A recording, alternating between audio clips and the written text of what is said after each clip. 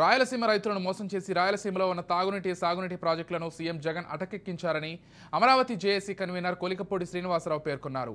అన్నమయ్య జిల్లా రాయచోటి నియోజకవర్గంలోని బాటవారిపల్లి సమీపంలో ఉన్న మారుతి గుది ఫౌండేషన్ చైర్మన్ మారుతి ఇచ్చిన విందుకు ఆయన ముఖ్య అతిథిగా విచ్చేశారు. ముఖ్యమంత్రి వైఎస్ జగన్మోహన్ రెడ్డి రాయలసీమ ద్రోహి, జగన్ పాలనను వైసీపీ నాయకులు చేదరించుకుంటున్నారని ఆయన అన్నారు. ఆయన వస్తానే అందరినీ పూర్తిగా అయిపోయింది. గాలేరు నగర్ పూర్తి చేశాడు. ఉద్యోగాలు ఇచ్చే కడప స్టీల్ ప్లాంట్ మొత్తం రెడీ అయిపోయింది. మనందరికీ 10,000 15,000 మందికి ఉద్యోగాలు వచ్చినాయి. అభివృద్ధి అనే పేరుతో ఎక్కడ చూసినా ఫౌండేషన్స్ వేసినాడు. ఎవరికి డబ్బులు ఇలా ఆ పనులు జరగలే. ఒక్క పిఎల్ఆర్కు మటుకు డబ్బులు ఇస్తాడు.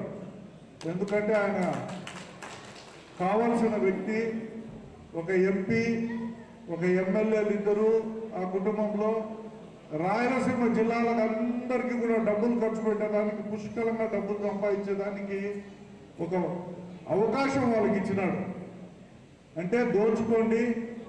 మనం చూస్తాను ఇప్పుడే ఇసుక ఎంత పెద్ద ఎత్తున అక్రమ రవాణా చేసి డబ్బులు సంపాదించినారు. ఈ 10 సార్లు వైఎస్ కుటుంబాన్ని ఆదరించి ఆశీర్వదించి వాళ్ళని ఎమ్మెల్యేలు చేసి, వాళ్ళని ఎంపీలు చేసి, వాళ్ళని ముఖ్యమంత్రులు చేసి ఈ రాయలసీమ వాళ్ళకి ఎంత ఇచ్చిందో మనం